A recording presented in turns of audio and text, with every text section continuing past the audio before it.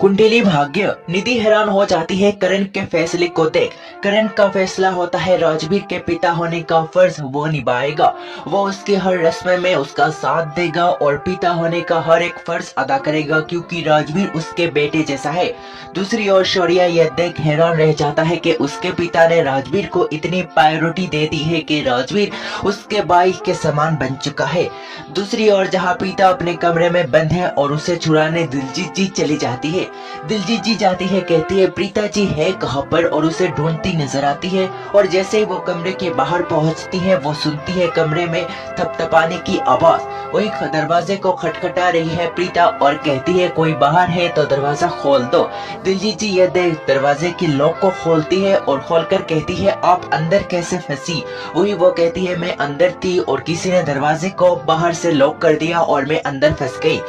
जवाब में दिलजीत जी कहती है ये सब छोड़ो, जल्दी से आपको जाना होगा क्योंकि राजवीर के पिता होने का फर्ज करण जी निभा रहे हैं और आपको जाकर इस रस्म को रोककर आपको सारी फर्ज निभानी होगी। जैसे ही प्रीता बाहर जाती है प्रीता को देख करण पूरी तरह से थम जाता है। करण यहीं पर रुक जाता है, रस्म रिवाज को सब चीजें भूल कर पर प्रीता को देखने लगता है। राजवीर अब कुछ नहीं कर सकता, प्रीता आ चुकी है करण के सामने, राजवीर रोक भी नहीं सकता। राजवीर चुपचाप बैठा है और प्रीता को देख करण उसके सामने जाता है और कहता है प्रीता तुम यहाँ पर कैसे? मुझे मालूम था तुम्हारा और राजवीर का कोई ना कोई नाता है। इसी के साथ प्रीता की मांग सुनी देखकर कहता है एक मिनट, कहके जहाँ एक कुमकुम की डिबिया उठाता है और उसमें से कुमकुम जाकर लगा देता है प्रीता की मांग पर। और ये देख सभी चारों ओर के लोग पूरी तरह से हैरान रह जाते हैं कि करण जी ने प्रीता की मांग क्यों बढ़ी।